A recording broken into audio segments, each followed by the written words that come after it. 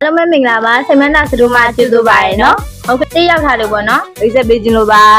ဒီပထမဆုံးအနေနဲ့ဒါလေးကတော့ငှက်တိုက်ကလေးပဲဖြစ်ပါတယ်ပေါ့နော်။နောက်ထဲမှာ6ခုပါပါတယ်။ဒါကတော့ရိုးရိုးလူကြီးတွေအတွက်ပေါ့နော်။ဒါလေးကကြတော့စီကျုပ်သမားတွေတောက်တဲ့ငှက်တိုက်ပေါ့နော်။သူကဂျားမပါပါဘူး။သူအားလုံးမှာ6ပလင်းပါပါတယ်။ ဆင်မနာမှာလာပြီးလို့ရပါတယ်နော် ဒီကကြတော့တင်မဦးချင်းလေးဖြစ်ပါတယ်ပေါ့နော်။အရင်တော့မှပစ္စည်းပြတ်သွားတာပေါ့နော်။ခုမှပစ္စည်းပြန်ရလို့ထပ်ဝင်ထားတာပေါ့နော်။တင်မဦးချင်းလေးမြန်ပါပြီ ဟုတ်ပါရဲ့ ။ဒါလေးကတော့မိသားစု9တက်တာလေးပေါ့နော်။ဒီမှာတော့ရှိပါတယ်။အခုကပစ္စည်းပြတ်သွားလို့ပြန်ဝင်ထားတာပေါ့နော်။ လူတိုင်းမင်းနေကြတဲ့မိသားစုကပြန်ရောက်နေပါတယ်နော် ပကွင်းစထရောဘယ်ရီယိုဂလင်းလေးပဲဖြစ်ပါတယ်။သူကတော့ဂိုင်းဖလောက်ကလေးပဲเนาะ အမုတ်ထဲမှာထည့်ထားလို့ရပါတယ်နော် ထောပတ်စီလေးပဲဖြစ်ပါတယ်။ဒီတော့ကဘူးလေးရှိပါတယ်ပေါ့နော်။အခုကဘူးလေးကပြည့်ပြတ်နေလို့ပါ ဟုတ်ပါရဲ့ ။လောဆယ်ထုတ်လို့ရပဲပေါ့နော်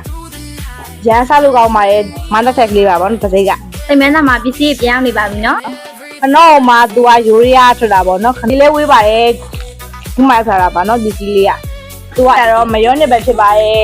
ညာလေးလည်းရှိသေးရဲ့နော် ။ရာလေးကကြတော့ဘီစကစ်ချက်ကလေးပေါ့နော်။ရန်စားလို့ကောင်းပါရဲ့ cheese ရတာလေးပေါ့နော်သူက ခလေးအကြိုက်ပေါ့နော်အထဲမှာကျတော့အထုပ်ကလေးနေပါလူကြီးတွေလည်းကြိုက်ပါရဲ့ ခုမှပြန်ရောက်လာပါနော်ဒီမှာဒါလေးရဲ့တတိကံမုတ်ကလေးလည်းပါပါတယ်နော် မွားလေးနဲ့ရမ်းစားလို့ကောင်းပါရဲ့အဲ့လိုလူကြီးရယ်စားလို့ရပါရဲ့နော်မှာကျအထုပ်ကလေးနဲ့ဆိုတော့အထုပ်ချင်းကြီးစားလို့အဆင်ပြေပါရဲ့နော်ဒီကကျတော့ဟန်ဆန်လေးပါပေါ့နော် ကြားလေးနဲ့ ကြားလေးကတ်ထားတာပေါ့နော်အဲ့ကြားလေးနည်းနည်းပါရဲ့ပေါ့နော်လူကြီးရယ်ကြိုက်ပေါ့ဟုတ် ဆင်မနာမှာလာပြီးလို့ရပါပြီနော်ပစ္စည်းလေးပြန်ရောက်နေပါတယ်နော်အားလုံးပဲကျေးဇူးအများကြီးတင်ပါတယ်နော်